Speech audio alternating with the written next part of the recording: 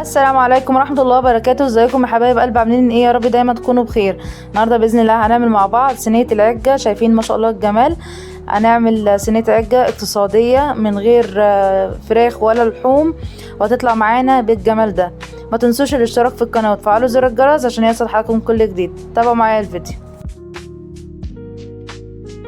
اول حاجه هنقول بسم الله. انا هنا مجهزه معايا طاسه على النار، هبتدي انزل عليها بمعلقتين كبار من الزيت، وابتدي انزل عليها ببصلايه مقطعاها مكعبات صغيره بالشكل ده. نبتدي ان احنا نخلي البصله بتاعتنا تدبل معانا بالشكل ده، وبعد كده نبتدي ان احنا ننزل عليها بمعلقه توم مفروم ناعم، ونحمر التومه مع البصله بالشكل ده. احنا هنا مش بنسوي الخضار قوي، احنا بنخليه ان هو يدبل بس معانا. اول ما التومه بدات تتحمر مع البصله وشميت ريحتها، هبتدي انزل عليها بالفلفل اللي احنا مقطعينه مكعبات صغيره. بعد كده نبتدي ان احنا ننزل عليها بالطماطم اللي احنا مقطعينها مكعبات صغيره بالشكل ده. انزل عليها بمعلقه بابريكا، انزل عليها بنص معلقه كمون، انزل عليها بنص معلقه فلفل اسود. ما بسيبش الخضار ان هو يتسبك معايا للاخر، انا بخليه ان هو يكون طري معانا. ما ننساش نصلي على سيدنا محمد ونقول اللهم صل وسلم وبارك على نبينا محمد وعلى اله واصحابه اجمعين. نبتدي ان احنا نسيب الخضار ده على جنب. نبتدي ان احنا نكسر 4 بيضات بالشكل ده، وانزل على البيض برشة فلفل اسود، وابتدي ان انا اضربها كويس بالشكل ده.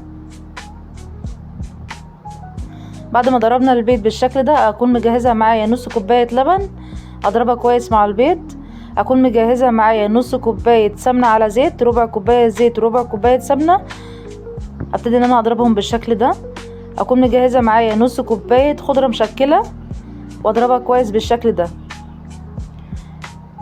وانزل عليها برشة الملح، واضرب المكونات كلها ببعضها بالشكل ده. لازم نضربها كويس.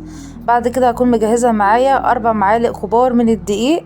ابتدي ان انا انزل بالدقيق بالشكل ده واضربهم كويس بالشكل ده.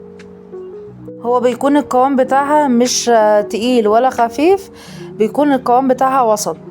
نبتدي ان احنا نستمر في التقليب بالشكل ده. اهم حاجه نضرب المكونات كويس، وانزل عليها بنص معلقه من بيكنج باودر واضربها كويس بالشكل ده. وممكن نستبدل البيكنج باودر نستبدلها بنص معلقه من بيكربونات الصوديوم ونضربها. وكده خلاص الخضار اللي احنا حمرناه مع بعض خلاص كده ان هو برد. اهم حاجه ان هو يبرد معانا. نبتدي ان احنا ننزل بيه على الخليط اللي احنا عملناه مع بعض بالشكل ده، ونقلبه كويس. ونجيب صينيه عندنا وننزل عليها بمعلقتين كبار من الزيت وندهنها كويس. وبعد كده ننزل بالخليط بتاعنا بالشكل ده، ونحاول ان احنا نساوي الاطراف بتاعتها، نديها خبطتين كده على الرخامه عشان تكون متساويه معانا.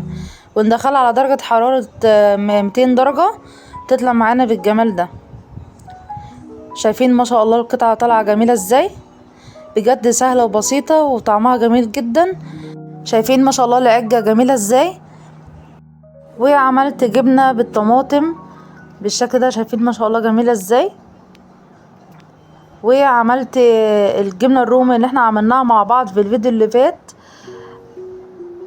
وحمرت بطاطس وقطعت طماطم وخيار بالشكل ده. وبس كده تكون اكلتنا النهارده. يا رب الفيديو يكون عجبكم. لايك وشير، واشوفكم في فيديو جديد في حفظ الله.